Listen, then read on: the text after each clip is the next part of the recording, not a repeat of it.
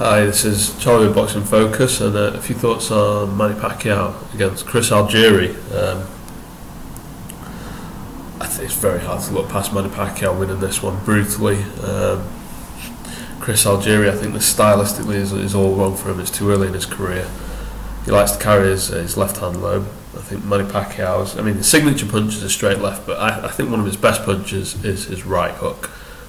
You watch, for example, the Ricky Hatton fight, and it's the right hook that does all the early damage.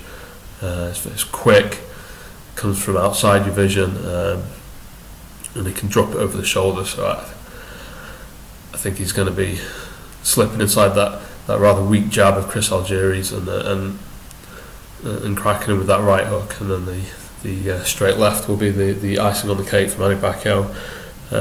Chris Algieri, he's a busy fighter, but his work is all, his busyness is all with his left hand. It's not like he throws a lot of combinations. He tends to doesn't throw combinations. He tends to double up with a jab or jab and then hook or jab and then uppercut, or with the left hand.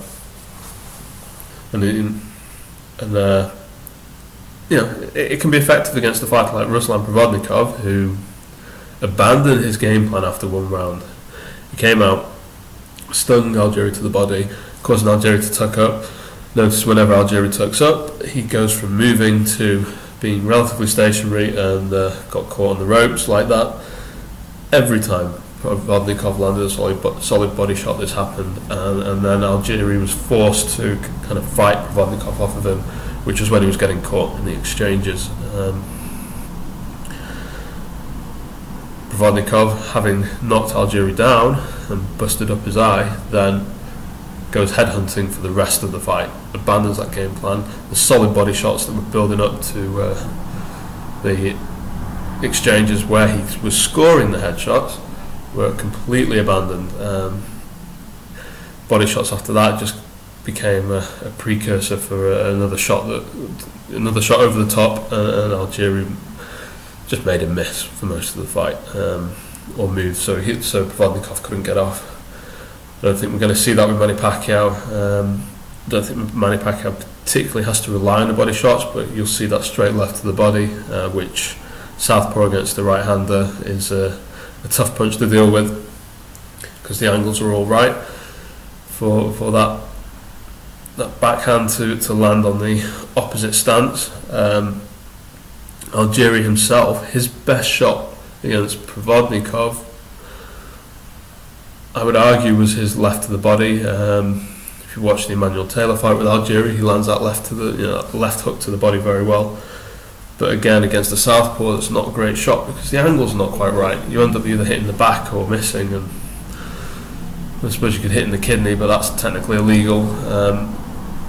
So I just think stylistically this is a tough one for Algieri, and he's so early in his career. Manny Pacquiao's been in with them. He's been in with an elite level of fighter for so long. This is Algieri jumping up several rungs on a ladder. And this ain't Ninja Masters. He's going to struggle.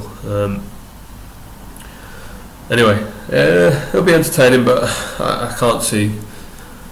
I'd be impressed with if Algieri went the distance. I thought Provodnikov let him off rather than him winning that fight. As much as you have to give credit to Algieri for getting up and surviving that badly swollen and eventually shut left eye, really Provodnikov just threw that fight away. He just needed to stick to his game plan, and he would have won it. Probably would have stopped Algieri, but instead headhunted, and Algieri picked him off, which was great for the fans. But Manny Pacquiao's a lot more ruthless than that, and I think we'll see that, because of course the other thing is that when Algieri does tuck up, he does stop moving on his feet, and fighters that tuck up against Manny Pacquiao, they don't really do so well. Unless you're really tough and got a great guard like Joshua Clottey, Algieri's going to be torn to shreds. Anyway, this is Charlie with Boxing Focus. Let me know what you think of that fight.